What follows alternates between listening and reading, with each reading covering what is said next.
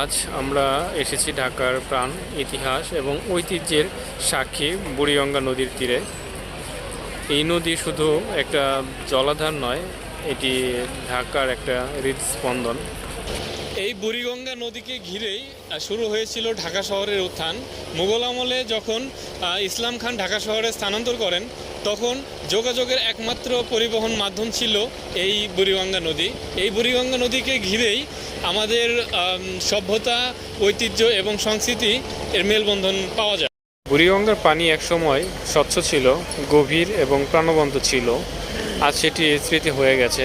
কলকারখানার বর্জ্য, যত্রতত্র আবর্জনা আর নদী দখলের কারণে এই নদী আজ দক্ষিণী বুড়ি হয়ে রয়েছে, কিন্তু তার বুক জুড়ে এখনও বয়ে চলে হাজারো জীবনের গল্প।